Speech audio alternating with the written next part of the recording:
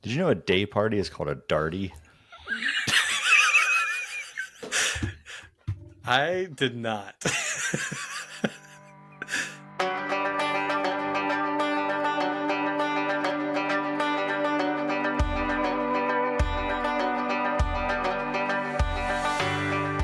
What's up, everybody, and welcome to the Mint City Soccer Show.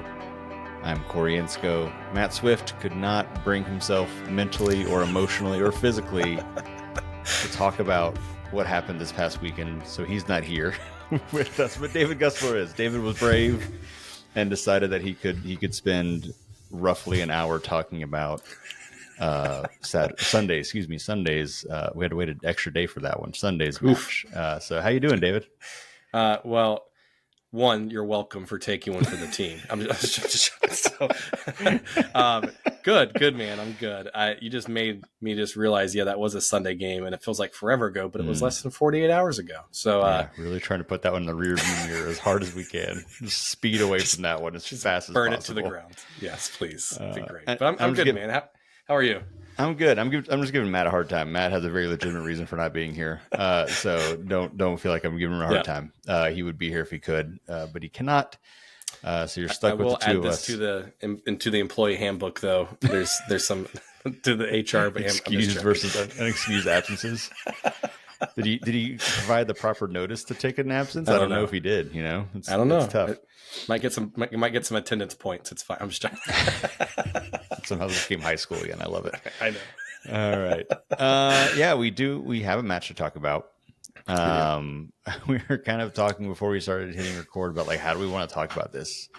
I don't really know how we want to talk about this. This might be a little bit rambly and all over the place. We definitely have opinions and thoughts about what happened. If for some reason you weren't aware of the result, Charlotte FC lost 1-0 down at Inter Miami in Fort Lauderdale. And it was rough. It was not the best match. But maybe let's just talk about the first half a little bit. I don't know if you want to jump into it that way, because I'll say, let me set it up this way. In the Discord, as soon as the game was over, people were like, burn it down. Not burn it down. Sorry. Just ignore that game, burn the tapes. No one should ever look back at that game. There's nothing to take away from that. And mostly I agree, but I disagreed. I was like, actually, I would go back to the first half and look at that tape. Pre-red card. So to set up again, if for some reason you are not aware of what happened in the match, I'll give you the quick and dirty. Miami got a red card in the 40-something minute. I can't remember exactly when it was. Late in the first half, their keeper ran out, tackled Zaha on a dogzo situation, and got a straight red card. So we're playing up a man. 16 seconds into the second half, Miami scores not a stupid goal. It was a nice goal, but stupid on our end to allow the goal. Yep. And then they pack it in and they win 1-0. So that's kind of the broad strokes of the match in case you, for some reason, didn't get to watch it. And everyone just hit end the episode. Yeah. They hit so let's get the nastiness of what actually ended up happening out of the way and talk about a few specific things here. Because I really think pre-red card, I liked the way the attack was playing. I thought there were some really, really nice moments where we were threatening and we were making good runs. I thought there's a lot with Bronico on the left side making some really nice runs out and kind of having some nice give and go with Zaha and things out there too. So I was honestly feeling really good about where we were in that first half. We had good possession versus, looking back to the Seattle match or even the first half of the Atlanta match where we couldn't hold on to the ball very well. We had good possession. We were making good runs. We were making good passes. We were playing quick. We were playing smart, playing well defensively. If you showed me the first 40 minutes of that match, I felt very good about where we were. I guess I'll throw it over to you, David. How are you feeling kind of leading up into that red card moment about the way the team played? Yeah, I agree with you because, I do agree with you. I would say subtract the first 10 minutes of the first half. The first 10 minutes, I felt like Miami had a little bit more momentum. If you look at some of the first half statistics, Miami had 3 shots on goal in the first 20 minutes, right? And Mm-hmm. then we came back and had some more shots on goal after that point, like the 25th minute with Patrick Agyemang, 42nd minute, which I guess was the red card foul free kick shot from Pep Biel, whatever you want to call that.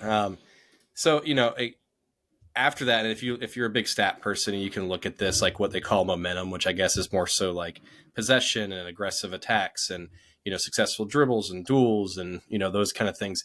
Charlotte had momentum majority of the first half, at least the 2/3 of the first half, right? Yeah. And if you ask Dean, and if you go back and listen to the commentary and his press conference after the game, even Dean was like, I felt like we played okay. Like, even though it was a shitty result and we lost the game, and that's not what fans want to hear, is that after a loss 1-0 when you were up a man for an entire half, that you felt like you played pretty well or played decent or well enough. Like, fans aren't going to want to hear that. But I mean, I do agree with you that it seemed like we played better when they were at their full strength because they weren't being compact. They weren't trying to be, I'm going to grind this out, so they were a Yeah. little bit more aggressive. Um, and I think I was talking to Matt Chantry, aka T Gang, offline about this. It was either Sunday or Monday, and he made a good point, and that we were kind of talking around the same thing. But like, even over the past 4 years, we have always struggled with creation in the middle. Like, we have not been a team to be like, yeah, let me just create like back 1 and 2, Mm-hmm. kind of type passes, create opportunities from the middle of the field. We've always been a team that's kind of struggled in that. And then in this game, you go, well, hey, now you're going to be down or go up a man, so the team's going to be more compact. You're also going to go down early now, and now the team's going to essentially, and the commentators were even talking about it, like they went to like almost like a 4-4-1 Mm-hmm. compact into the box, and it was like, well, how do you, if you already struggle and creating in the midfield, now you're going to have to go through basically 8 people in the midfield. How are you going to do that? And you're going to rely on our center backs to pinch forward, kind of be more of a center defensive mid with Ashley Westwood to kind of create more chances in the midfield. And like, yes, did Privet play midfield in his past? Yes. Is Malanda and Privet the type of players that are going to create for you then the opportunity? Maybe not. But I don't know. I got, not to go down that huge rabbit hole the second half, but like the first half, I felt like, I don't know, like we were doing okay. We were balanced, I feel like, compared to the second half. We were being almost a little forceful on how we were trying to score. Yeah. Yeah. I mean, I agree with you. And yeah, we'll get more in the second half and kind of what happened in there. But yeah, I just want to kind of highlight that there were some positives, even though the ultimate result of you tell me that we are playing Miami without Messi and up a man from the 38th minute on, like that needs to be a win. And that's, we were talking about this a little bit on the soccer and we call it soccer and brunch. Soccer and brunch. I had to change the name because we did it like 1:00 and I didn't join until like 2:00. So I missed like basically all of it. So good old David running solo. Props to you for doing that. It was and Varner, a good brunch. And Russell Varner helped out a little bit too, which was good. But anyway, we were kind of talking about that. Like the expectations for this team have changed because of the talent, because of past results, because of past success. Like this team's made the playoffs 2 years in a row, and then has built talent on top of that, and so they're expected to be good. Like the expectations are like you go down to Miami, you're trying to get points out of this, and then especially again when they're not. I mean, not that Miami's lacking in talent, but they don't have Messi, who is hurt maybe, or I don't know what the deal is there. It's really weird. Super sketchy stuff, whatever. He was technically on the bench, but he had like he stayed in the same seat the whole entire day. He was not going to play that match. The commentators kept being like, maybe we'll see him in the second half. I'm like, we're not going to see him in the second half. You're not going to. When he's picking his teeth and he's in flip flops, he's not going to be playing. Anyway, like that's the kind of thing is like, in the past, it's like, oh, it's Miami. It's a tough match. Like, who knows even with all that. But like that, that kind of game and, having the opportunity to play up a man for most of the matches, like that's a game we got to win, or I mean, minimum you get a draw out of that. And to see a loss is really brutal. So most of this is going to be a pretty negative, reactions from it. But I do think there were just some really nice. I don't want to forget, watch like you said, kind of maybe ignore some of the beginning of the first half, but like there's a lot of times in the first half where I really liked the way we played. It seemed like we had continued some of the things that we did really well against Atlanta in the second half in the first half of Miami. So if I'm really trying to look for silver linings, it's like that's still there. And this team is still gelling with each other. Like the attacking players, this is their third match that means something, right? So like Yep. there's still some time to gel here, but there's still a lot of promise to that team.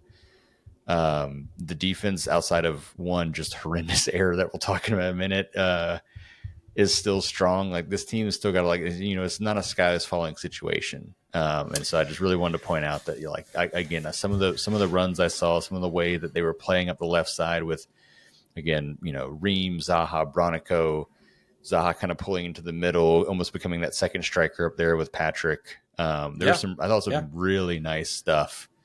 And the way they played together. So I was feeling good about that. And I think the more we see of that, the more that gels together, the more the midfield gets involved and hopefully continues to improve.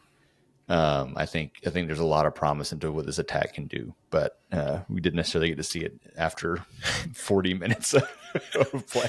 But I mean, and kudos to Miami too, though, because I mean, like, and even Dean said it was like they have some pretty experienced players on that roster who aren't like slouches and who know how to play a man down and how to grind out games and how to work the ref and how to work things out, right? I mean, you've got a player like Suarez and Busquets and Alba, and I mean Segovia has been a player that's starting to. I mean, I just named off 3 players there that are very big name players. There's still plenty of talent there, right? So, and this isn't. I mean, and it sucks to say this, but like this isn't this. This is the crazy thing about it. But like Miami's gone down twice in the first 3 games with a red card, and both times they didn't lose either game. Like they drew the first game and then they beat us in this game, right? And so, like, it's not fun to say that, but it just goes to show you why they're favored to be that number 1 spot in the East. And then going back to what you said too, like this is not, yes, burn the tape of this game, at least the second half, but it's also the 3rd game of the season. So like for me, it's not the sky's burning. I saw some comments on, and this is lovely, should never do this, but looking on Facebook and YouTube and Twitter after games like this, and people are like, we need to bench Zaha, and I'm like, oh my god, like people are just like things Dean like Smith that. Can't coach. Dean Smith can't coach, and let's get rid of Dean Smith, like just crazy things, right? And so I don't know, it's not to that point. It is a frustrating loss. I remember on soccer and coffee or brunch, whatever we called it for that day. I was like, you know what? Like the expectation for me is I want at least a draw or even a win in this game for us to be able to say we're taking that next step. And I said, I'm not going to be upset if we lose this game because Miami's such a stacked team, as long as it's not a bad loss. And then what happens? It was a bad loss. It was a bad loss. So I jinxed it. Sorry, everybody. Yeah. So let's, go ahead. Go ahead. No, I was just going to talk about it. We kind of glossed over it. So yeah, the red card came in the 38th minute. It was on a really nice ball and run Zaha made, where he was running kind of middle of the field, taps it around the keeper, and just gets completely wiped out. I'm glad they didn't review it and take it back. I mean, I could see the argument that Miami had defenders who could get back in the way. I don't think they actually did. Yeah, I do think it was an obvious goal scoring opportunity. But I'm glad they made it stand. So they have a red card, and their starting keeper also was not playing this match. His name I just forgot. Calendar, is it Drake Calendar? Yeah. I think maybe double check. I'm trying to filibuster on this, but I don't know. But Google. I think it's Calendar. I'm going to stay confident until you tell me wrong. I do know that they said that they were running with 3 keepers because of this. So yeah. So their starting keeper was out. Yeah, Drake Calendar. I just got to it. Okay. Thank you. He was out, and so they were already kind of playing who I assume is their backup, Ustari, and so they have their 3rd string keeper coming in. So again, it's just like this was set up to be like, oh, now we take advantage and we get a win at Miami early in the season. This could be huge for the momentum of the team. And so they make a sub. Obviously, they're not going to play without a goalkeeper, so they sub off and bring on the goalkeeper. They subbed off Kramaski, which I thought was another thing for us. I mean, that's one of their big attacking players that they're subbing off at that point. So again, everything was kind of leaning our way. Their right back was got an early yellow card and was feeling a lot of pressure from Zaha. Like, let's keep hammering that. Like, there's just seemed to be a lot of momentum saying like, all right, this second half is going to be our half. We're going to take control. Dean's great at making halftime adjustments and putting the team in a really good position to win in the second half. Here we go. And then I was looking down. I wasn't like, I hadn't even like returned my attention fully to the screen yet. It was so early in the second half. Yes. Yep. And clearly our back line had also not returned their attention to what was happening on the field at the beginning of the second half, because they just got absolutely schooled by Luis Suarez. The goal from Allende, but I mean, what Suarez did is really what set that thing up. A nice little give and go where, I mean, our defense was caught completely sleeping. And is able to get between the center backs and make an easy goal there. And it was just a brutal, I mean, from that on, it was just the team felt deflated from there. Oh, yeah. Yeah. Just a brutal way to start the second half with all the advantages we had and the promise that we had to be able to kind of get a nice win out here in Miami. Yeah. And it's, I was similar to you, Corey. Like I had my dad over for the game. I was under the weather this weekend, so I wasn't doing anything crazy, but I just remember sitting on the couch. I'm looking at my phone, just scrolling for half a second because I just heard the whistle. I'm like, okay, whatever. Like someone's gonna kick it down to the corner and it's gonna go out of bounds and it's gonna be a goal kick or it's gonna be a throw in and start the game. And next thing I know, I look up and I'm like, what the hell's happening? So that it was definitely disappointing to see that, but I think it shifted how Charlotte. Like, yes, it deflated Charlotte, and I remember like we were texting during the game and it was like the sense of urgency for Charlotte, even after that moment, was just like laissez-faire a little bit. And it was like it was just kind of, all right, cool. Like, no problem. We're going to grind this out and, we're going to score a goal. But like, even then I'm like, guys, like you got to score a goal just to get a point now. And it's okay to play confident and still continue to play the way that you want to play. But when a team just scored quickly on you, know they're going to go compact. You've got to move quick and have some urgency and make them pay for playing a man down. You know what I mean? And I don't know. I feel like it shifted this, and I want to pick your brain on this, and I'm going to pull this stat up here for it. But it seems like we started to try to force a little bit too much. Yeah, before we get to that, I do want to, because I want to get there. It's going to take me a whole other tangent, but I do want to make the point that you said, because I had forgotten that I all caps texted the group this, but I fully believe it. I was frustrated by, the lack of urgency after we go down a goal. I expected them anyway to be putting on so much pressure on Miami. I mean, pressing them high. If we turn the ball over, I mean, getting it back immediately, moving quickly, making runs, making passes. And when we had the ball, everyone was just standing around watching. No one was making runs. No one was making moves. No one was doing anything. We're just kind of passing it back and forth. And then when we turned it over, I felt like we were just kind of like, oh, well, I guess we'll kind of retreat back in defense. I'm like, no, like they're not trying to score. Right. Like, press them and get the ball back. So yeah, that to me was just really, really frustrating to see the way, especially right after the goal, before the subs, I would say, especially too, just how kind of blah the team seemed. And there were chances. Like, I mean, they're like, especially, I mean, some of these were after the subs, but like we had chances. I mean, Patrick had a header right in front of goal and missed it by, that much. So it wasn't like the team didn't create some chances, but it didn't create nearly as many as I thought it should have given the situation. Because Miami just packed it in. They were not trying to possess the ball. They were not trying to counter. They were not trying to score. They were just literally like, we're just going to hang back here and you try to beat us. And we did not look nearly threatening enough to try to break that down at all. And we didn't seem like we had the urgency to be that either. And Miami didn't even really have like a true center back playing, especially in the second half.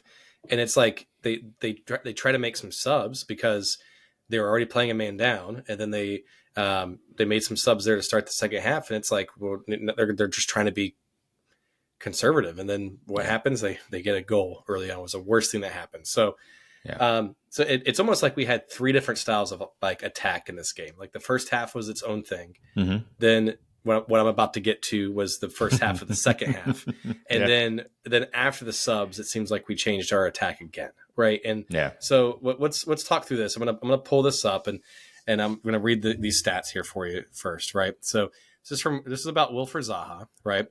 So Wilfred Zaha completed the most dribbles in this match with 7.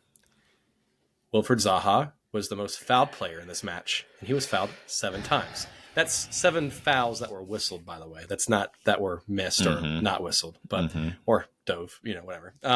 Wilfred Zaha won the most duels in this match at 17, and then Wilfred Zaha lost the most duels at 13 in this match. And then I'm going to go to this next player.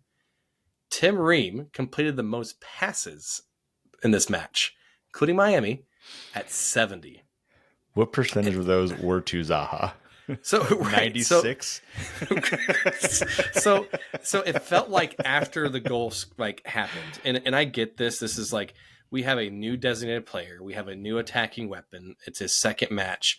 He wants the ball, he wants the ball early, but it's almost like we kind of like, oh shit, okay, Zaha, save us, and we just started kind of like forcing it. Almost. Yep. I mean, there was a time there, and maybe it was after the subs or whatever it was, but in that second half, every time Zaha got the ball, Miami would just crash, and it was like 2 or 3 defenders around him, mind you, while they're playing a man down.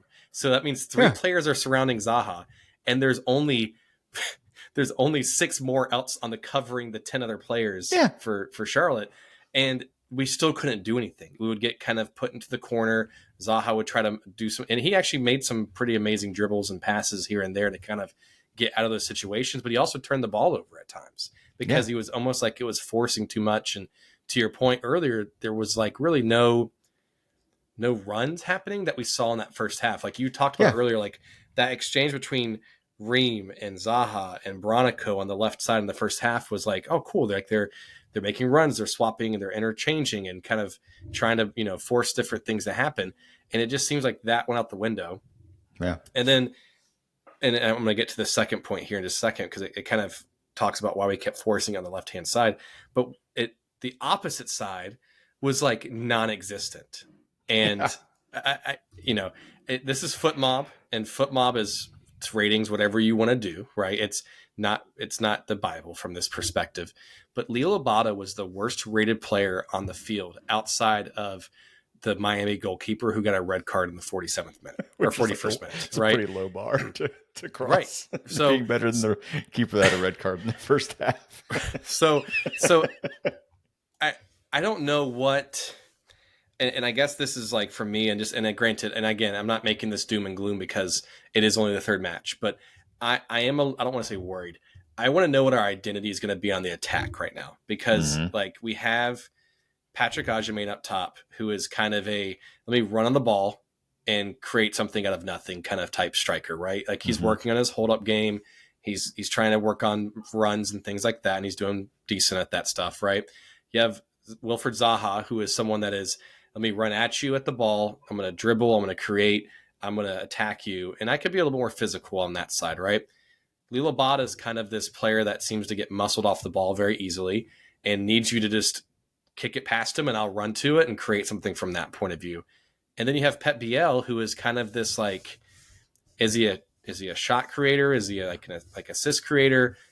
What's our identity and who's it going to be funneled through? And for me, it needs to be Pep needs to be that person that's funneling it, because it's going to help create more for Abada, Patrick, and Zaha versus forcing it into the 20th yard line in the corner to Zaha and go, hands up. All right, Zaha, create something for us when you already have collapsed to a quarter of the field, right?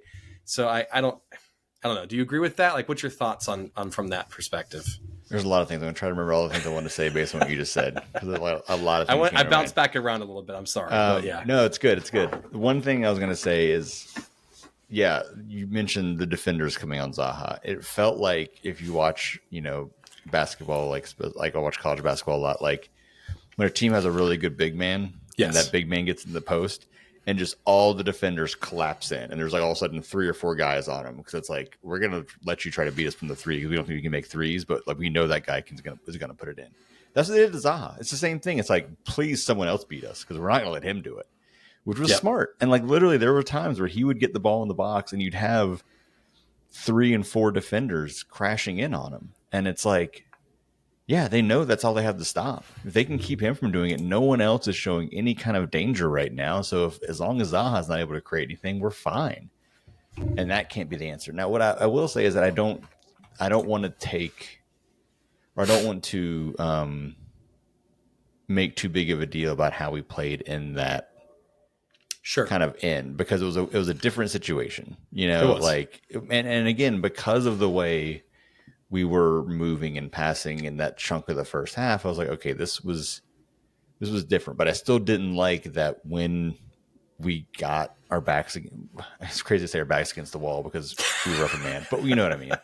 Like when Yeah. we were No. kind of But that's desperate, this game. when we were Correct. Yeah. desperate to create something, the only idea we had was like, let's give it to Zaha. Because I don't think it was like, there's, you can look at some of those stats you were saying and say like, oh, he was hogging the ball, he's trying to do it all himself. It's like, no, I don't think that's what it was. No, he was getting the People ball kept because passing it to him, being like, I don't know what else to do. Like, you take it and do something. And I'm like, no, yeah. no, literally anybody else do something and then free up some space for him to then create something. Because he was Correct. getting the ball in terrible situations, or no one was making a run, or he would do something nice to even get some space to try to throw off a shot or a pass or something. But it, there wasn't much there. So it was, yeah, I didn't like how much we were just trying to clearly funnel it through everything through him. And like, again, sometimes it works. Sometimes Reem would get a really nice cross in from the left side when they would do it. Like there were some opportunities created. But I was really disappointed to see just the lack of ideas outside of let Zaha do his thing. That can't be the answer. Like he's an amazing player. I'm very pleased with what we've seen from him in just 3 games with this team. I think he's going to be an amazing player. I mean, he already is an amazing player. I think he's going to be amazing for Charlotte FC. But like he can't do everything. So like there's got to be other answers. There's got to be other guys making runs, making moves, making plays with the ball, making smart passes. Like there's just got to be more than him in this situation. And it was just really frustrating to see the way we approached it, which was just like, please, Zaha, save us from this. Help us, Obi-Wan Zaha. You're our only hope. So I did want to give a shout out. Jeremy in the Discord like made a good point when we were talking about kind of this second half where we couldn't break anything down. He's like, sometimes I'm not going to get the exact wording right. And so David, if you want to correct me if I'm wrong, but like he was basically kind of making the point that like sometimes playing against 10-man team especially when they have a lead can be harder than anything else, because if they're talented, they will hunker back and like they'll play really, really, really smart. And so like they do not take any risks or take any chances, or they're not trying, like I was saying, they're not trying to score. Like it's actually really hard to break down a good 10-man team. And like you see this happen sometimes where, a team goes up a player, but especially I was going to say, like, I don't know how much this plays into it, but in my mind, the fact that it happened before halftime meant they had the halftime break to really come up with what's our strategy here. How are we going to play this? How are we going to play it if it's, even? How are we going to play it if we can get a goal? Like they clearly had a plan for how they're going to try to come out and get a sneaky quick goal, which worked. Like they had time to think about how they wanted to play this, that they were man down, versus if it happens later in the match and you don't actually have that time to regroup as a team and figure out how you want to play it. So it's not to say that we absolutely should have won that game. Like it's going to be hard to score in that situation, but I think what was disappointing was how few chances and how few real concrete threats we actually made, given all the situation. But final point that I think was related to all the things we were talking about is, boy, I said at the beginning of the season that Abada was my breakout player of the year, and boy, he has not shown up this season. And I I really thought you want said Pep was your breakout player, but maybe no, it was Abada. I don't know. Abada was my guy. Abada's the guy I'm running with. Yeah. I'm pretty sure, unless I've already forgotten. Please, someone tell me if I've already forgotten what I said. But I swear it was Abada. Because I felt like this. I mean, one, it's a prove it. He has to. Like at this point, he has to show what he's got. But two, I think he can. Like I think he's got talent, and now he's got people around him. And so I was like, this is his year to really break out. And like you mentioned his player rating, but even beyond that, I mean, there were so many times where I was like, I don't even know where Abada is on the field right now. Like, where is he? And I had to look really hard and be like, oh, there he is. Just not having an impact on anything. And part of it might be because they were trying to do so much through Zaha toward the end there. But even before that, like even before the red card and anything like that, just like he's I'm not seeing much from him. And we've talked about this in a previous episode, but guess who was the first sub? 66 minutes. Abada. Like, I believe our highest paid, right? Is he our highest paid? Definitely a DP, but our highest. He is our highest because Zaha's on loan. So like if Zaha was on loan, he would obviously be. But other than that, yeah, Our Abada's highest our paid highest. player coming off. This happens again. I've never gone back and like added all the time. This feels like it happens all the time. More often than not, he's not having a huge impact on the match, and he's coming out in the 60 some odd minute. I'm like, that's not a So DP. I pulled Sorry, I like pulled that's something not. up here. You ready Yeah, for this? And yeah. this is on this talk track. I'm gonna read you just the past, I don't know, 15, 20 games real quick, minutes that he's played. You ready for this? Yeah, here we go. Thank you. 67, 78, 66, 80, 18, 72, 78, 14, 75, 90, 69, 72, 83, 63, 18, 68, 78. And so those some of those 90s was when he was on international duty playing against like France in October and stuff like that. The last time he's played 90 minutes for Charlotte FC was, sorry, I'm having to pause. I'm having to go back a good bit. July 17th, 2024 against the Columbus Crew. So I don't. Someone smarter than me, please tell me if there's a really good reason why this is happening. He's only played 90 minutes for Charlotte 3 times the entire time he's been here. Yeah, and I get that like he's the kind of player he's like you were saying, the way they like to play him is like throw the ball out in front and have him sprint after it. Like that's exhausting. So like maybe not playing the full 90 all the time, sure, I get that.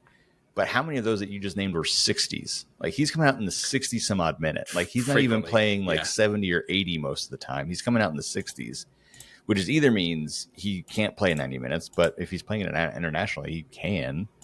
Or his performance is so bad that when it comes time to like, where do we need to put some energy into this team? We got to take out Abada. And I feel like so many of those matches, like, you know who stayed in for the 90? Vargas. You know, like I just don't. It doesn't make any sense. So this game especially, I felt was frustrating in that I just didn't see anything from him. And I think for this attack to really get to the level that it can be, that we know it can be, is like you need both him and Zaha playing at a high level. Like he needs to be able, and maybe it does come down to Pep being more of the playmaker in the center of that offense, where he can be distributing it out more and give about us more of those chances. But like Burn is so good on the right side. Like I don't understand why the Burn Abada thing doesn't work. Correct. I mean, because Reem is not a left back. He should not be playing out there. But like he can find ways to get up when he needs to and get the ball to Zaha. And you know, when we were playing full 11 on 11, like you saw some nice little moments there. And you've got Byrne, who's just this incredible right back who could be feeding things and making overlapping runs and doing all those amazing, and you just don't see it on the right side with the bot. Like, well, I don't know what's happening over there, frankly. And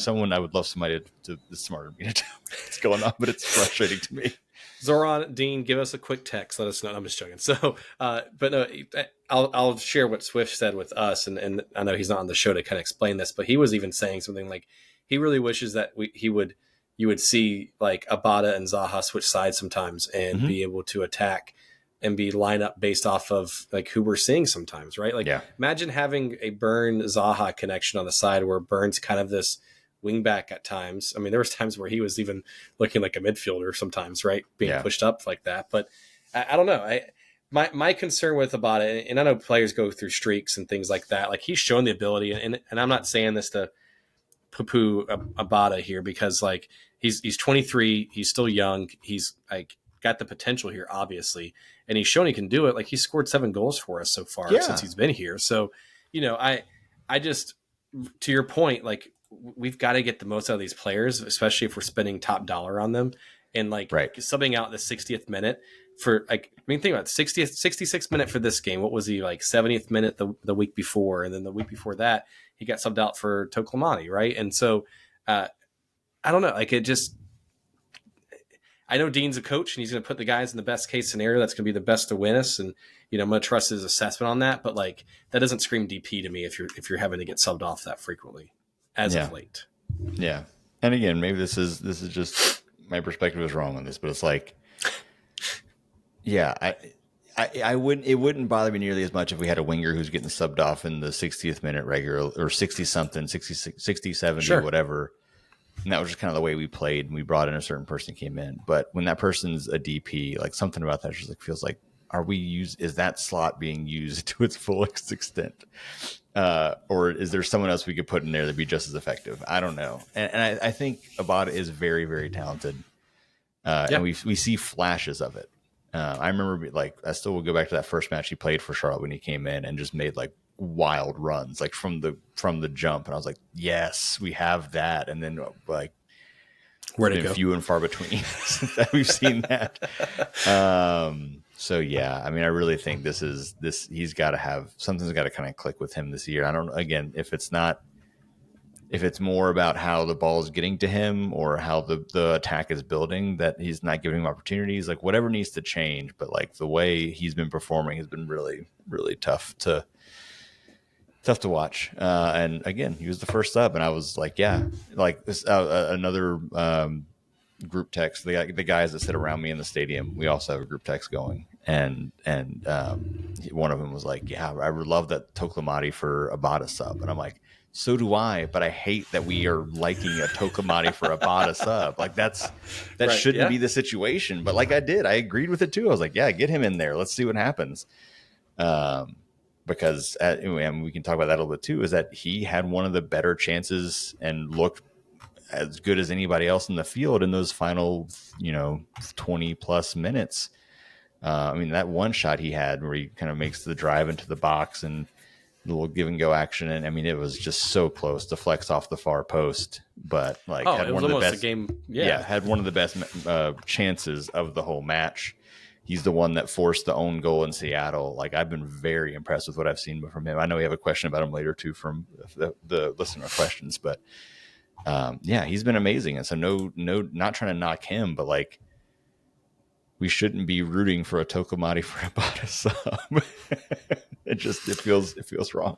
It feels dirty. So, but no, I mean, credit to him, and I think also, and not to disparage this whole entire game, because Dean did say there was good moments, like you just touched on it, like when Toklamani came in and had like Yeah. almost essentially a game scoring goal. Patrick had or game tying goal. Patrick had that almost header from Zaha into the box, and it would have been almost a goal, right?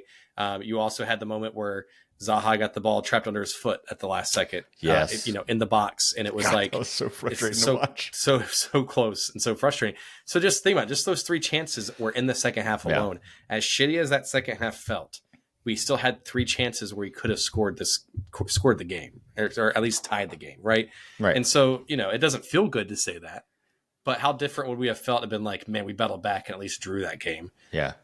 No, agreed. And I guess my 2 points are, I agree with that. God, also when I'd almost forgotten about when he got caught under his feet. That was just so painful to watch. Like, there's nothing he could do. It just happens. Like, it's not a knock on him, but it was just like, just kick it. Just kick it somewhere. Just get it off your foot, please. Like, just don't end up with it under your foot. But I think my main point is what I've said before is that, like, yeah, you're right. We did create some, and if one of those had gone in, it's a very different conversation. But like, I just feel like we should have created more. Like, given how long we were up a man, how long we had to really put pressure, there should have been more than those three really good chances and like 9 total shots. Like, come on, we got to be doing more in that kind of situation, I guess is my final piece on it. Do you think Dean waited too late to sub when he did? So if you're looking at like the sub chart, so like other than Abada getting subbed off at the 66th minute for Toklamati, you had Eric Williamson come on the 77th minute for Brant Bronico, or Uri Tavares came on at the 77th minute as well. And then Corin Vargas came on at the 86th minute, right? And so, you took off your height with Patrick. You kind of added in some of the younger guys with more speed to kind of hopefully spark something. Do you think, well, let me ask, did you like the subs, and did you like the timing of the subs at least at that point of the game?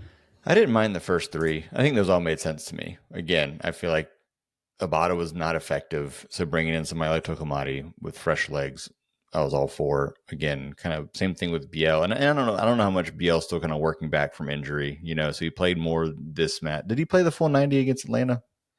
I honestly don't Who was that? remember. Sorry. Pep BL. No, he did not.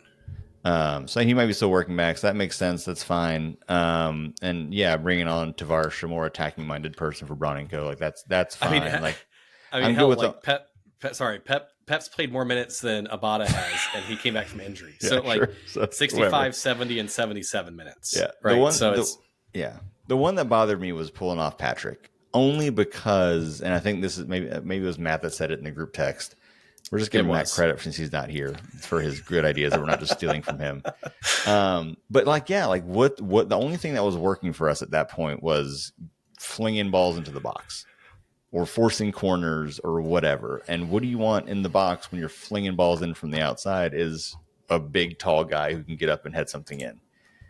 And you take off Patrick and put on Vargas. Like that one I didn't, especially that late. Like if it felt like Patrick was gassed and couldn't be effective anymore in like the 60th or 70th minute, fine, get him off of there. This was a sub in the 86th minute. Like at that point, just leave him in. That's the only one I didn't get. The other ones I was totally fine with, because I think you touched on this earlier. I think you kind of said there were like 3 phases of how our offense played or how our attack played in that match. I think the third phase was one of the better ones, like because those subs, there was kind of all of a sudden a spark. Like I think I remember saying in the group chat, like this is the best the attack has looked since like the 40th minute. So I think the subs were good to bring that sense of urgency and higher energy when we needed it, and created some really good chances. So I was fine with those subs. Just the other one, and this is kind of quibbling. I mean, I don't know if it would have made a difference. I was kind of just surprised they take off Ajiming at that point with everything going on. So, yeah, I mean, not much positive to say out of that. I mean, it's kind of like let's move on to the next one, and kind of forget that one ever really happened, because it was a frustrating one. We can definitely try to find some bright spots out of it, but I also would be fine with, we talk about this and then you burn the tape and never speak of it again, and we move on with life. And again, it's early, like it's very early. Like, would it have been really good for us to have points from that match, long term? Like, we might really regret dropping and not getting even a single point out of that one. But it's still very early. I still am very high on where this team is and where it can be. And yeah, I think they just need to regroup and get ready for Cincinnati on Saturday. So two things on that. Just remember, this is a very tough stretch of games. Yeah. And I think most of us at the beginning of the preseason, even before the first game, were like, I would be very happy if we got 7 points out of these four games. Sure. And here we are with 4 points right now out of the 3 games. And we could win against Cincinnati and be at 7 points. It would have been great to be at 9 points if we beat Miami, but it is what it is. You know what I mean? So I will say that. And I also would say it was really nice to be able to get this kind of a shitty game out of our system early in the season versus it be like the very end of the season. And can you imagine having a game like that and then just going into a playoff game immediately after that? God, please don't let that happen. Like, you know what I'm saying? Like, so I'd rather do that now than have it later on the season where there could be, I mean, granted, there's always implications, but like, So no, I agree. I mean, I do think these next two matches are big. I think Cincinnati and San Jose at home. Like, I want to see a nice homestand there. 4 or 6 points out of that, I think, is what we need to have. And I'll feel really good about things again. But yeah, I agree with you. Like, yeah, if you had told me, we come out of the first 4 matches with 7 points, like, sure, I'd be happy about it. But when you look at it again, it's just like you said, it's not the loss against Miami that bothers me. It's the kind of loss we had that bothers me. So yeah, we'll see how things go there. But anything else you want to say about this match? Then we can get to the news from today that came out earlier today. Let's get to the news, I guess, that came out earlier this week. So, or I was talking about the one today. I don't know which news you're talking about, or I assume it was today. I don't know what day it is. about good old our boy Patrick getting recalled back up Oh, to Patrick. there's so much news. I don't want to discount Tim Ream, but Patrick Aubameyang also and Tim Ream were both called up to the U.S. men's national team. So they'll be on the CONCACAF Nations League finals roster. They'll play Panama on March 20th, and then either Canada or Mexico on March 23rd. Just really cool. I loved this for Patrick. I mean, for Tim. I mean, Tim is an expected thing. I'm happy for him too. But like, after getting to the January camp, really playing well, it's like, will he get a chance again? Like, will he get a chance to come and play some more matches for the U.S. men's national team? And so, super happy for him to get the opportunity to play, I mean, or just even be called up to the team is awesome. Look at the roster that for forwards that he's playing with. Mm-hmm. Patrick Aubameyang, Yunus Musa, Mm-hmm. Christian Pulisic, Josh Sargent, Timothy Way, and Brian White. Yeah. So, like, is that like the U.S. men's national team, like a team? No, but like not a bad roster to be playing with, right? And like, obviously, they see something in him to be able to say, and it shows you how many caps they have here, and like, yeah, Patrick's got 2, and everyone else is like, 76, 42. The only one that's similar to is Pat is like Brian White from Vancouver, which is 3, right? So, but it's then you have good old Tim Ream back there, 67. So, get him, Tim. No, so yeah, there you go. So, no, I still, I mean, I don't know. I congrats to Tim. I know he's kind of like the captain, and he's been very vocal about like he wants to play one more World Cup, especially the one that's coming up on our home soil. And then you've got, Patrick now that's up there for, yeah, it's pretty sweet, pretty damn sweet. I think it's great, and I do think it's good for him as a young player to get the chance to play with guys like this. Like, I mean, like you said, like Pulisic, playing beside him, Timothy Way, like just the experience of getting to work with guys like that and see how they play and see how they approach the game.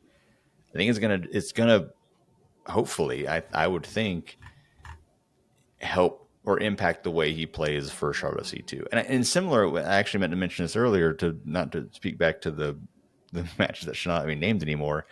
But someone in the group text was saying, and I noticed it a lot too, that like, Zaha is coaching Patrick on the field like crazy. A lot. Yes. And I think as long as they have a good, again, this is what I keep coming back to, as long as Patrick takes it well and Zaha is giving it well, as long as they have a good relationship, that's going to be huge for him developing to play beside someone like that and having him being like, this is where I want you to be. This is the run you should be making. This is what you should be doing.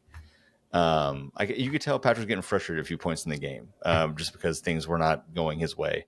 Yep. But I think he's getting that on-field coaching in addition to the coaching he's getting off the field, and then in addition to the experience he's going to have playing for the men's national team against some of these amazing players. Like, I think this is only going to keep continuing to grow his, not necessarily his talent, but his just consistency and the way he approaches the game and the way he creates for himself and other players. I think it's huge for him to have these opportunities to play with players like that. So super happy for him. I think I don't know, I'm on the fence now, but I might have to break down and get a U.S. jersey with his name on it.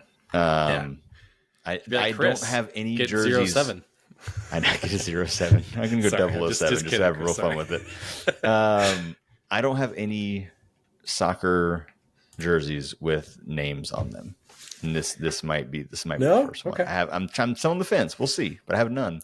Well, except for I have a Soccer and Sweet Tea one that has moose on the back. That's a story for another time. But other than that, I have no player names on any jerseys that I own. So this might be one I've considered. I don't have any for the national team. I've got them for Charlotte. I don't have any for the national team. I've got what is it, the Battleship kit, the one with the the blue kind of stripes that are jagged, everything like that. So I've got that one, and it doesn't have a player on it. I was very close to getting a Dempsey one just because I was like, full America, but it's okay. Yeah. But I always get now the women's jerseys Oh yeah, nice. Once they started, I was on like my soapbox for the longest time. Was that they need to make men's cut women's jerseys because they didn't for a while. Like they only you could because obviously they have the same design most of the Sure. time, but they kind of switch back and forth. But they have the same designs. Like if you bought a national team jersey and it was a men's cut, it was the men's jersey. But you couldn't get this. Basically, you couldn't get the stars. You couldn't get the World Cup stars on a men's Got it. cut jersey. And finally, they changed that to where you can. So now I buy the women's jersey. I almost got a Tobin Heath jersey because I love some Tobin Heath. Nice. Did not get that. So there's been a lot of almost, but no, but I might have to change that. We'll see. We'll see. I'll make sure I get the number right if I do it though. Don't worry. All right. What's your news? Well, so I don't know if it's officially news yet, and I'm going to do my best to Rumors, speculation, speculations. But it's from Tom Bogert, so it's got some legs to it. But obviously, can we say friend of the show Tom Bogert yet, or is he just friend of Matt? Friend of Matt. Friend of Matt. He's not officially for a friend of the show yet. Tom, if you can at least just answer my DM, I would feel a lot better. No, yeah, friend of Matt. Tom Bogert. So he put on Blue Sky yesterday, and I'm gonna. I was actually practicing this before the show, and I'm probably still gonna screw it up. Let's see it. I believe Tom in Bogert you. says sources: Charlotte FC is finalizing a deal to sign left back Soliman Doumbia. God, I probably messed that part up, but it's okay. That's decent. On loan from Standard Liège. Yeah, there we go. Hey, thanks. So it says Doumbia, 28, has been with Liège for 2 years, a product of PSG's academy. So nothing finalized yet, nothing been 100%, for sure. But there's been lots of questions now, because I think, and this might be one of the questions later on, I can't remember, but international breaks coming up here pretty soon. We don't really have any left backs. Let me rephrase that. A natural left back in MLS. Tim Ream is playing left back, but obviously, Jan Pedro is on loan, but we don't really have anybody except for, I think, Michael, who is like our draft pick, 18, 19-year-old kid, right? Mm-hmm. So this guy could come in and play left back for us. So what does that say for the future of either Tim Ream or Andrew Privet, or what's the back line look like? Don't know. I just wanted to make sure I threw that out there as like it's rumored, it's being worked on, but apparently, but nothing is set in stone yet until the team officially comes out and says announcement. But typically the team does that on, I think, like Tuesdays or Wednesdays or something like that. So yeah, here we are. We'll see. Nothing is real until it's real. Nothing's official until it's official. So. But no, I mean, I think it needs, that's obvious. The gap is still there. Cause that's literally, I don't have an answer to this yet. Like when Tim Ream's on international break, who plays left back? I have no idea. Bill Tuiloma. So, I mean, I mean, I guess like there's Scardina can play back there. Like, I don't know, but or do you pull up, you said his name a minute ago. I forgot it. Is it Thomas? Michael the draft pick. Like, I mean, he played well in some of the games in California, but it is not an obvious like, oh yeah, this is her backup left or right back. It's like, I don't know who wants it. Bronico. And I think we're gonna put Bronico back there. Like, I don't know. Like, God, please don't. Yeah. And the good news is that like with the international break coming up, and I remember. Thank you, Matt Swift. Again, I know you're not on the show, but I'm going to credit you anyways. Was in the Discord because this came up in our Discord earlier. Like, what is this going to do to the roster? How much games are these players going to miss?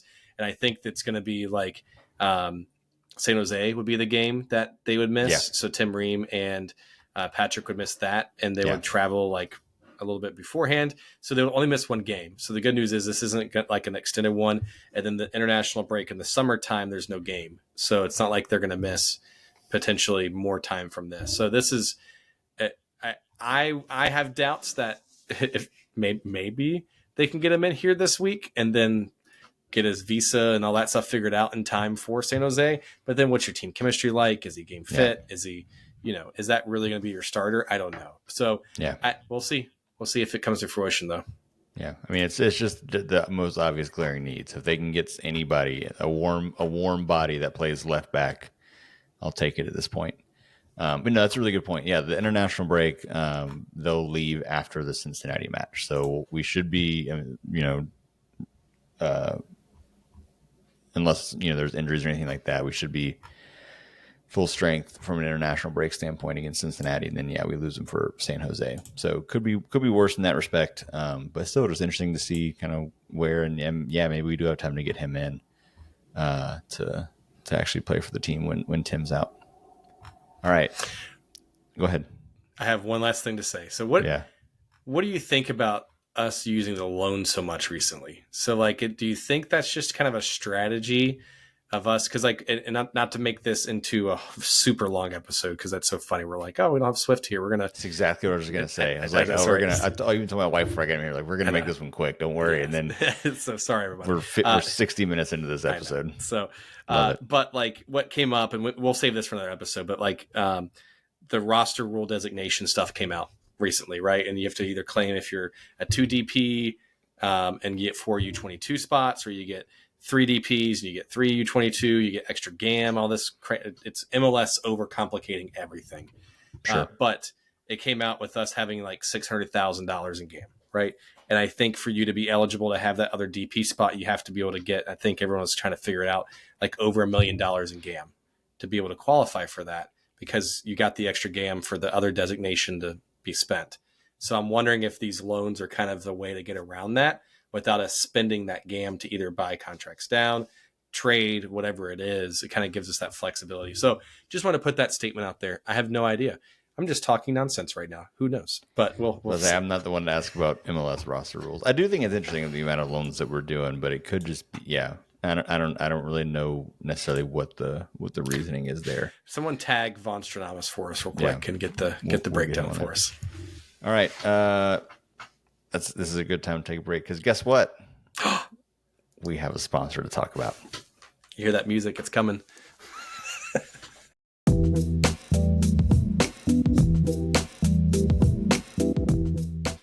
Listen up, guys. It's spring break season. And whether you're hitting the beach, you're road tripping with your crew, or you're hopping onto a flight to paradise, you need to keep your grooming game tight, right, Can I Corey? ask a question? Does Yes. road tripping with my wife and 2 young girls to Disney World, is that my crew? Does that count for like spring break parties? That's my spring break plans. That's your posse. That's your crew. That's my posse. Rolling deep in the SUV down to Orlando. Get ready. At least you said SUV instead of a minivan, so that's fine. That's where the Handyman Rocket Man Special Edition from Manscaped comes into play, Corey. So this sleek, portable face shaver is built for on-the-go freshness, making it the perfect travel companion for all of your spring break adventures. So no more showing up, and I know this is funny for you to say with your crew and your posse, but no more showing up late to pool parties or late night beach bonfires with the scruff that you don't want. The Handyman has you covered. Now, Corey, just a quick PSA though, there are limited quantities available of the Handyman Rocket Man. It is exclusive. It is short-lived, so you need to act fast. Act now. Act now. So the way you can get this is, of course, and I'm so happy that Manscaped wants to partner with us again because they let us use our amazing code. You can use our code CORNDOG for 20% off and free shipping at manscaped.com. Now, Corey, tell our listeners what is so special about the Handyman Rocket Man package. Well, like you said, it's perfect for pool parties. So the first day of Disney, you're just going to talk about my vacation now. This is what's happening. Oh, there you go. We are going to be at a water park. I just need to check and make sure that I can bring the Handyman Rocket Man if it's acceptable to bring inside the park. I'm not sure. I'll have to look at the approved items list there, but it'd be great to have so I can make sure I'm ready to play in the pool with a bunch of kids. All right. So other than that, though, you know what's great about it? It's perfect for travel. It's compact.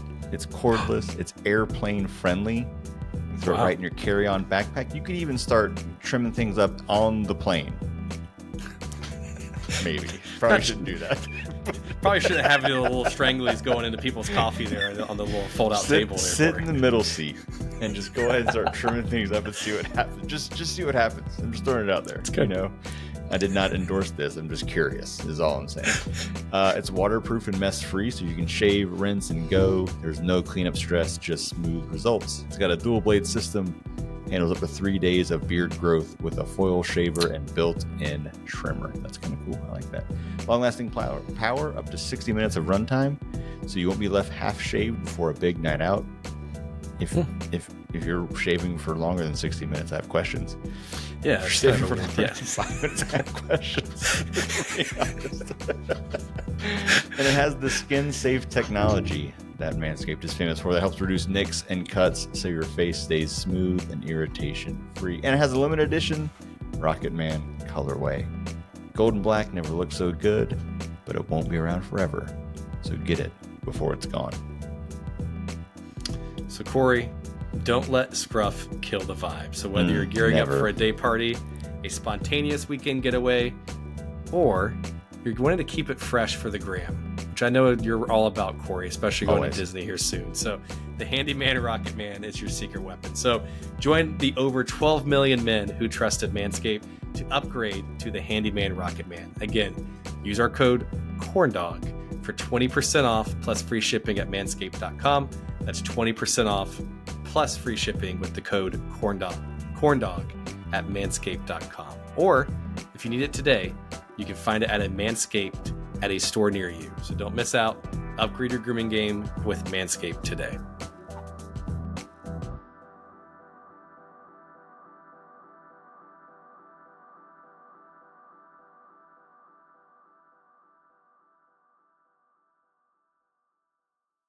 All right, we are back. We are well groomed. We are ready. That's actually ready. I should say that. I'm a little scruffy. I need to get my shave. Yeah, I need to get my Manscaped stuff out. But anyway, we're here for some listener questions. As always, primarily pulled from our Discord. If you are not part of our Discord, please go check it out. You can go to Patreon/ who I should know is also Mint City Soccer Show, I believe it is. Yep. Yeah, Patreon/ Mint City Soccer Show. You can sign up for our Corn Dog membership or whatever David named it. The Corn Dog Crew. Corn Dog Crew. Join the Corn Dog Crew. Throw us a few bucks if you want to support the show. No pressure.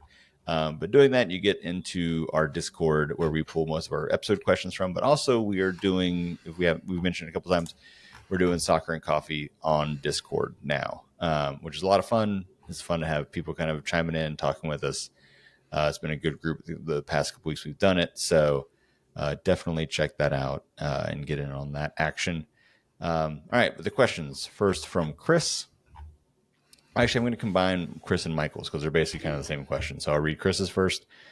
Knowing that it will be taco time, Tokomati, when Pat is away for U.S. men's national team duties, eases my worries. What about y'all? And then Michael says, big taco fan, which I thought he just meant the food, honestly, until I read about like 5 words later. I was like, yeah, me too, bud. Me too. I believe he's been very impressive so far. I would like to see what he can do with a few more minutes of quality time. So combining those two together, Tokomati, how are we feeling about him? I think he is. So I'm going to do 2 things here. One, I think he's been very impressive for the minutes and time that he's been on the pitch, right? He's come in, he's contributed, made impact some way, somehow, right? I am also going to tell myself, and I'm going to try to tell Charlotte's FC fans this too, do not hype him up to the point where he gets just like, to like expectations where if he starts for Pat or if another player comes in or whatever it is, and he doesn't contribute, all of a sudden it's like, oh, the guy never needs to play again, right? So yeah, I think he's done well for the situations he's been put in. He's only 20 years old. I think he's a U22 designation player for us. So team obviously views him very highly. He was only with Legacy for like a few matches last year, got pulled up to the first roster, and now he's starting to get some minutes, right? So do I think he's going to start for 90 minutes in Pat's place? No. I almost wonder if you would see Tavares up top first and then maybe have him still come in as a sub, either for like an Abada or Tavares, or, it gives you that flexibility still. And same thing for Tavares too. Like he could come in as a sub for either one. So, but does it put me at ease? No, not really, because it's a pretty unproven number 9 there to start for us. But Yeah. we're gonna strap in, baby. We got it. So we'll see. Yeah, I mean, I will say I've been very impressed by him. We talked about it a little bit when we were talking about it early on, but I think each match when he's come in, he's made an impact. Like he's stood Yep. out in some way. Like even the Atlanta match is the one we haven't really talked about. I think I made the joke in our chat somewhere. It's like everyone around me was like, "Who is that guy?" And I had to like pronounce his name like 30. And I still think I think I'm pronouncing his name right, but either way, like over and over, they're like, "Who?" And I'm like, "Yeah, Tokomani. Like he's good. Like we'll see." But like no one knew who he was, but like he stood out on the field when he Yeah. came on. Like he's showing some real nice flashes early on. And so what I do hope is whether or not he starts, kind of whatever role he plays when during the international games, I think it's a really good opportunity for him to have more minutes, whether that's starting minutes, whether that's coming off the bench earlier, whatever that Yep. looks like. I think it's a really good time for him to see how he plays with the first team, with a little more time in a big match. And also those are the kind of things I like to see, when we start hitting, U.S. Open Cup and Leagues Cup play, Yes. like seeing some, and Tavares is another one too, or like we've seen that these guys have some promise. Like let's give them some chances. I think it's really good. So I hope he takes whatever opportunity he's given. I hope he takes it. Again, yeah, I'm kind of with you. I don't know if it's like, I feel good about the fact that we have him come in. I don't know if I'm quite that far, but I do. I like what I've seen from him so far, and he's added some energy and some nice play when it's been sorely needed with the team and the two rough games that we've had so far this season. So yeah, I feel good about it. I do love the taco time kind of analogy, especially after the recent episode where we started talking about tacos a lot. So Yeah, here we are. So we are pro taco here, corn dogs and tacos. All right. So Joe asks, 3 games in, Abada is averaging only 70 minutes per game. I feel you, Joe. 27 touches per game, 5 shots, only 1 on target, and 0 goal contributions. Are you concerned we have missed on a DP again? Or meh, it's still early. Was that wasn't the first match we had the question that was like, what's your most overreactive take? And mine was yes, that we missed on Abada as a DP again. That it might not was. have been such an overreaction. That's my answer to this question. Like that might have been more true than I realized in the moment. I don't want it to be true. So I I'm don't going to want it to say, be either. I really yeah, like Abada. I don't want this again, I also said he was my like breakout player of the year for the beginning of the season. I want to be very clear that I want Abada to do well. I like him. I like him as a player. But I mean, it's only 3 games. It's early. They're sure. still all gelling together, but whew, It's not been great. something's got to change. Yeah. Hey, if he's listening to this, let's pump him up. We're going to support him. But yeah, it to me, I think it's still just a slight tad bit early, but there's also concerns creeping up in the back of my head about what that looks like. So to answer your question, Joe, maybe. If he's listening to this show, I question his decision making choices. I agree Anyway, with that. not because of him, but because of us. All right. Yes. Yeah. And let's go to Eric's question. This may be blasphemy, but should blame for the continuing issues of less than stellar offensive production be put on the fact that the primary offensive assistant is a former left back, Fuchs? To draw an American football comparison, teams wouldn't typically take a former linebacker and make them the wide receivers coach. Um. So I get what, and just to give context, I know he kind of pretense that on our chat, saying like he pulled this mostly from like Facebook feedback and comments, which I think It's a is not great place for always information. it's not always the greatest place, but sometimes it's good. Sometimes. Uh, but I think in soccer it's a little bit different because while yes you're playing defensively or you're playing a left back, you have to understand all aspects of the game, and you're contributing to both aspects, right? When you're playing American football and you're a linebacker, yeah, you have to understand it, but like you're also not taking shots, you're not throwing the ball, you're not doing things like that, right? So I don't know if it's apple to apple comparison there. I don't think anything is on Fuchs there from that perspective, but like I don't know, like he's lasted during Dean's reign, so Dean obviously likes him, It's not like Dean's pushed him out and wanted to bring somebody else in. And he could have easily done that his first year. He could have done that this past season. You know what I mean? So I don't know. I don't know if there's any concerns from that perspective. What about you, Corey? Yeah, I mean, honestly, no. I mean, there's nothing. There's nothing that really I hadn't really considered that. I honestly Yeah. hadn't really thought about it before I read this question, so I don't really know if I have a ton of formed opinions. I personally wouldn't read too much into Well, and that. that's also taking into account. I think that's from a report like over a year ago that was the case, or beginning of the year, and that's when we had an overabundance of coaches as well. So Yeah, maybe it was something where Fuchs was trying to help out or get more time as the coach. Like who knows? But now, yeah, I don't know. I'm not yeah. worried about it, to be honest No, with you. no, me neither. All right, let's go down to Philip. Hey, Philip. I love this question, Philip. By the way, I love the preamble to the question. Or there's Yes. a lot going on here that I really enjoyed, so I'll just read it. Barring injuries, why should Williamson see the pitch before the U.S. Open Cup match in May? How do you really feel about Williamson's play? Man, if you're curious about how he really feels, here's the next part of the question. Related to that question, is it bad that Williamson's strongest contribution has been nearly killing Pepis? I know I wasn't on last week when y'all talked about this, but that was a real miss. That was just a real miss in the season opener.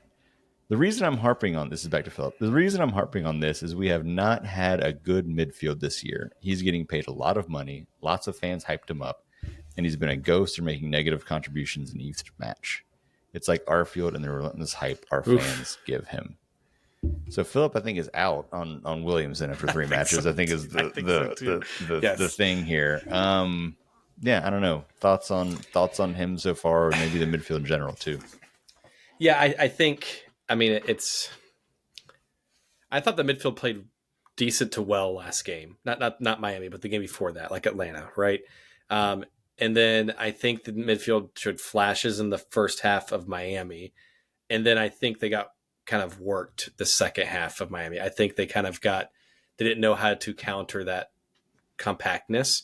I mean, even Ashley looked a little rough at times in the second half of Miami, right? Mm-hmm. And so, but I mean, everyone did at certain points. So it's not just But I don't know if it's fair after 3 games to say, hey, he's terrible, right? But I will say I do get where Philip's coming from, because while Charlotte only gave up $100,000 in GAM for the trade to Portland, he is like a top 5-6 player for us on a roster in terms of salary. Now, granted, that's an inherited contract. It is what it is. That's not like Charlotte signed into that, and it is a 1-year deal, so it's not like it's long term. But like, yeah, that's reason to be like, yeah, like we're getting paid this. It's kind of the Bill Tuiloma situation last year, right? Getting paid $400,000-$500,000 to be a 4th center back. You know what I mean? So you could use that money elsewhere on the roster more wisely, potentially, right? But to me, it's way too early. Granted, the midfield has not looked great last game, but like it's only game 3. So hopefully when we take on the fake Queen City this coming up weekend, the midfield comes back out and shows out. Maybe Williamson comes out and puts a hat trick on and says, I almost killed Pepes, but I got 3 goals for us. So I hope that makes up for us. But I don't know. We'll see. I'm not giving up on Williamson yet. I still think he's got potential there, and I still think he can make an impact. But if it goes like come summertime like this, then that's worrisome for me. Yeah, I mean, a couple things. When you were talking about the matches where the midfield played better, who was playing in the midfield? It wasn't Williamson. It was Westwood, Pep, and Bronico, right? Bronico. I mean, and once again, the Bronico, the man who cannot be replaced. Like Yeah. you sign whoever you want to play midfield over Bronico to upgrade that position, and then Bronico's like, I'm here. Mine. Oh, he didn't work out. I got you. Don't worry, I'm here. I mean, it is still early, but I mean, I'm to kind of the first question. I do think that. I mean, Bronico should be starting at this point, unless we see something very different. Williamson's not a starter, or he's not. The team is looking better 3 games in. Again, only 3 games. That's such a small sample size. But 3 matches in, the team looks better when Bronico's in that role. So I Agree. think that's what we got to do. I'm holding out hope that he gels a little bit and we do, get some good contribution out of him. But I think, I'm not ready for him to jump back in the starting lineup yet. Well, and we've got such a logjam at midfield right now. I'm just thinking. I was just thinking through this. We've got Jabril Diani still, who hasn't really made any significant minutes so far this season. You've got Nikola Petrovic, who is a U22 designated player who has not seen the field once this season. And then you've got Williamson. You've got Ashley Westwood, Brant Bronico, Pep BL. Like there's some decent money being spent at the midfield there. And I get where Philip's kind of saying like that to kind of expect more out of this midfield. Like we've spent money this season, like compared to years past. And you've got a player that was a DP slash TAM player in Pep BL. You've got Brant, who is, always at least consistently there and doing what has been asked and always outperforms what his expectations preseason are. And Ashley Westwood. And then you've got 2 to 3 young guys there who are like, what's the plan for them? And they may be future plays, but I don't know. Like, I would love to get the midfield solidified and be consistent moving in after game 3 for sure. Yeah. I would be fascinated to see in some of these matches, maybe we get into some of the Open Cup and the Cup matches, just totally throw out a new midfield. Like, Yeah. let's just see, because you're right, we have a lot of players in there. Like, let's just see, because I think, like, I'm not saying they shouldn't start, but like, I think we're stuck in this, like, it's got to be Pep, it's got to be Westwood, and then is it Bronico or somebody else? Like, that's the midfield. Like, it's just like that is decided. But like, we do have these young players who are right there that are getting, getting a decent contract and have some promise. Like, let's throw out a totally 3 different player midfield and see if there's something there that creates a spark. I'm just curious. I want to give some of those guys opportunities. Again, I'm not saying I want to bench at Westwood next game because I don't. I think we need to stick with what we've got, but maybe there's some kind of spark in the attack from some of these other players that are sitting and not getting a chance on the field very much. All right. Last question. And just like pretense on this one.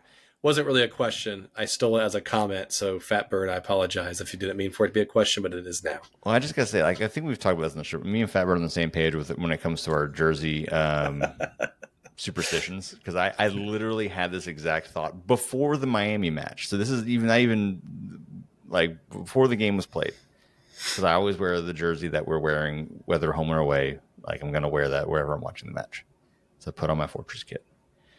Fatbird says, I don't want to put this on the Fortress kit at all, but we haven't scored a goal in the run of play now in the 2 games wearing it. Let's change that luck at the bank, which I agree. Let's change the luck. But I did have this thought. I was like, maybe this jersey's bad luck. This is not a good thing. It's not.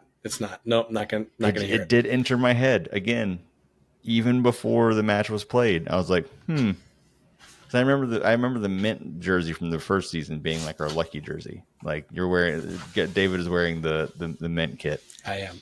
It's the first time I've worn it. I felt like that was the one that I felt like we had some good juju when we wore that one. I believe in these kind of things. I can't help it. And we really need to change the luck. Maybe it's because I'll go back to one of my early gripes. So many gripes. We didn't debut the Fortress kit at our home opener. So the 2 games we've played in it were away games. It is a jersey that literally is meant to like signify the fortress that we make Bank of America Stadium on soccer match days. So maybe the magic will finally come true when it's worn in its rightful place and not in Fort Lauderdale. So we'll see. I just based off of the superstitious rule, you guys can blame me because when we won against Atlanta, I was wearing my Tim Ream jersey. And during the game, I just wore a regular t-shirt and I did not wear any Charlotte FC kit, let alone my Tim Ream jersey. Not even a Charlotte FC t-shirt? Or were you just wearing like a random t-shirt? I was just like, I was wearing a t-shirt. I was just laying around. I was like, oh, like all nasally and snotty and everything like that. And I'm just laying on the couch and watching the game. And Like Wonderful Charlotte image. was lucky I didn't even fall, like sleep through the game. Okay. That's a wonderful image. I love it. On that note. Yeah. On that note, all right. So we're gonna head out. We've gone way longer than we meant to, which is just kind of we do these days It's apparently. standard. It's fine. But we will be back. We'll definitely have some soccer. I assume y'all have because I usually I'm not involved. But soccer and coffee on Saturday morning. Yeah. I will be in the car. I may try to see if I can get the car to listen with us as we're driving down. Are you really going to Disney? Yeah, that's a true story. Nice. If you listen to You'll have plenty if you of didn't time. skip the ad, like I know some of you did, some of you skipped the ad. You Don't missed do it. the Go whole. back and listen. You missed Go the whole back. story about Disney and rolling with my crew down to Disney and having a darty down there. It's fine. Yeah, and having a darty. That may or may not make the final cut of this episode. So that'll be people will be real confused. Yeah. But yes, I won't be at this match, unfortunately. This will be one of the ones we miss. So you're still gonna miss the kit, the Fortress still kit. Gonna miss it. Yeah. Of course I am. Great. I will be wearing it in the car and whatever we're doing that day. I'll wear my Fortress kit that game. I'll do the same. So we'll be down there. But we'll have soccer and coffee on Saturday. Check that out. Chime in. Again, those are meant to be conversational. So if you're in the Discord, if you join those, like you can either use the chat or like you can literally jump off mute and talk to us. Like we want those to be kind of fun conversations. That's not like a broadcast show like this one is necessarily. That's more meant to be like come jump in, let's chat about the match and sip some coffee and get ready for game day. So we had some good conversations last week. So Michael, everybody like that contributed, appreciate it. It was a lot of fun. Russell, thanks for stepping in. Yep. It was a lot of fun. So all right. So until soccer and coffee, I hope everybody has a good week. I hope you continue to put the Miami match far, far behind you and never think about it again. And let's think about taking down that fake Queen City on Saturday. There we go. Let's do it.